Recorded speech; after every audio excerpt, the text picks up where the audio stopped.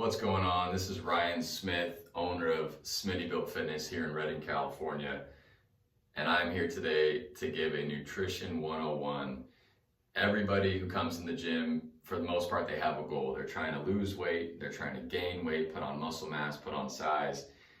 And they come into the gym and they think that, for the most part, that working out is going to do that for them. And it does help.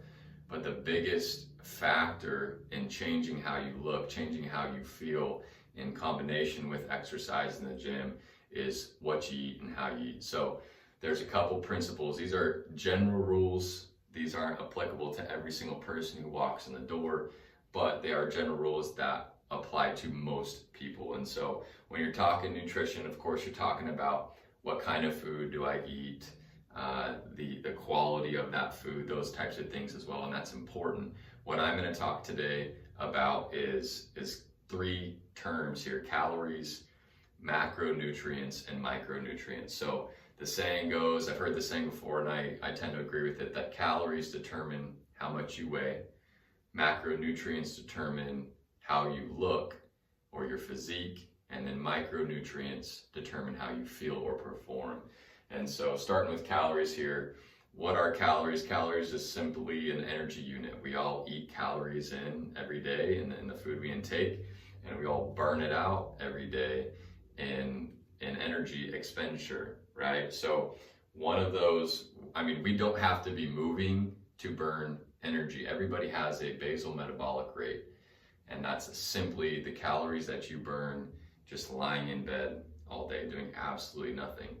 You're still burning energy, your heart's still pumping blood through your body, you're still breathing, your lungs are still moving, and so that's energy output there. But then also, we all have activity levels, varying activity levels. Maybe you work out, maybe you don't. Maybe your job is really active, maybe it's not. Maybe you do activities outside of work every day that burn calories, or maybe you're less active, but we all burn some sort of energy in the form of calories every day. And so essentially, going back to goals of weight gain or weight loss, it's a simple math equation. For weight gain, you have to be in a caloric surplus, which just simply means calories in are greater than calories out. And so let's just say my baseline for not changing at all, I stay exactly the same weight, is 2,000 calories. Every day, that's what I burn. Every day, that's what I eat. Well, to gain weight, I would have to increase that number from 2,000. It would have to be 2,100, 2,200, something above that 2,000 mark in order to gain weight over time. The closer I am to that 2,000 number, the less drastic of a surplus that I'm in, the slower the process will be to put on that weight. The more extreme, the quicker that weight will come. I will say most people in this category, when they're trying to gain weight, they're trying to put on some muscle mass. From my experience, going to the extreme end of that, going in a major surplus, especially right out of the gate, can add an increased body fat as well. I'm more of a fan of a slower increase over time.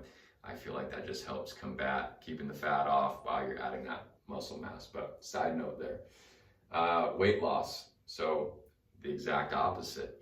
In a deficit, calories out being greater than calories in. So flip that equation. If I'm burning 2,000 every day and I want to lose weight, I need to be in the deficit, 1,900, 1,800, something along those lines.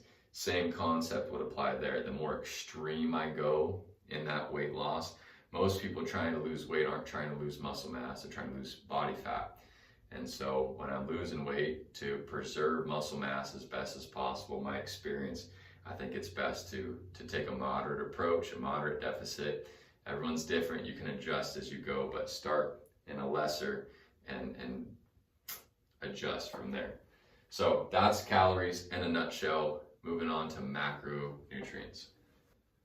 So with macronutrients are the things that make up the calories that you're eating. It's a breakdown of those calories into different categories, and each one does something a little different for you. So you got fats, you got carbs, and you got proteins. Just because we were talking calories, get a little breakdown here of what each of those contains from a caloric perspective. So 1 gram of fat equals 9 calories, 1 gram of carbs equals about 4 calories, and then 1 gram of protein equals about 4 calories as well.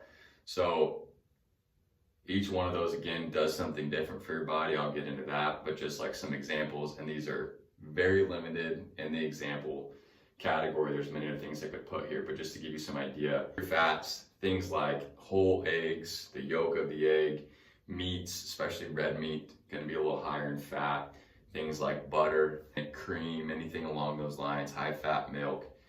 Carbs, and these are, again, limited sources that I eat on the daily basis, but your fruits, your dates, sweet potatoes, honey, I do raw honey, and then syrup, that's maple syrup, but pure maple syrup.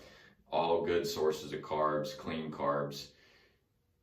Timing of when you take these things is important, but this is, again, just a general layout for today. And then protein, you got your red meat, you got fish, chicken, Greek yogurt, whey. Those are a lot of things that I go to. Honestly, with the meats, I do a lot less chicken than red meat or even fish. But all of those, and then eggs could be put in that category as well. As far as what these things do for you and how you should break this out, obviously if you're paying attention to your calories, especially if you're trying to be in a deficit, you want to be careful on these fats. Obviously there's over double the calories in a gram of fat as is a protein and a carb. Now, fats are good for you. They're good for hormone regulation, supporting your body, supporting your organs and whatnot. You do want to have a healthy level of fat intake in there. Carbohydrates, good energy source, replenishing your glycogen stores, and then protein, building block for muscles. If you're trying to build muscle, if you're trying to maintain muscle, and really if you're trying to even lose weight, you should be making sure that your protein intake is sufficient. When I coach people up on nutrition, making sure that their protein numbers are adequate and where they should be is one of the first things that we go over. I don't, if they don't want to talk about fats or carbs or whatnot, that's fine. Let's try to focus on this, because just making sure that protein number is where it's at is going to help add lean muscle tissue if that's your goal. It's also going to help boost your metabolism and burn fat if that's your goal as well. So it's important to have a good balance of these things depending on who you are. Obviously, again, these are general rules here, but making sure that you have a good, healthy, balanced diet of fats, carbs, and proteins, making sure that the sources are clean as possible. If you notice, like the carb sources that I went over there, everything here is pretty much non-processed, whole food meals. Again, this is just my opinion. I think that is the best way to go. Try to keep the processed stuff as limited as possible, whole food diet. But fats, carbs, and proteins, again, this is going to shape how you look, your body physique. So if I'm not taking in any protein, if I'm eating a 2,000 calorie diet, but I'm not taking in any protein, it's all fats and carbs, I'm going to be a lot softer at that 2,000. My body will be a lot softer at that 2,000 calorie diet than is if I were to take in sufficient amount of protein. It's going to help, again, support lean muscle tissue there. And so macronutrients do matter as well as the calories. If physique, slimming down, adding muscle mass, if that's the goal, knowing your macronutrients and what you're putting in your body in that regard is as important as the calories.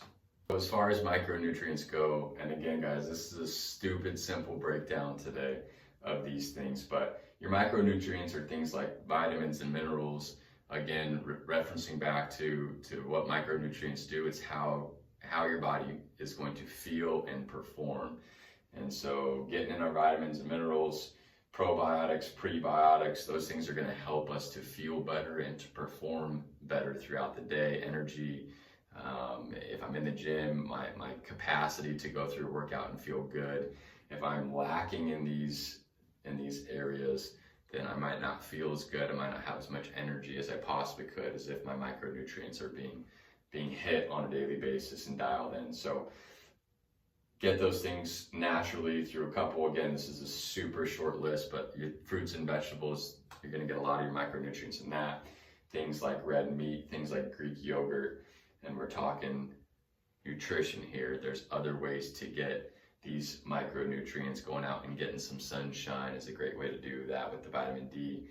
But just as far as what you put in your mouth every day, a couple examples of how to get your micronutrients in.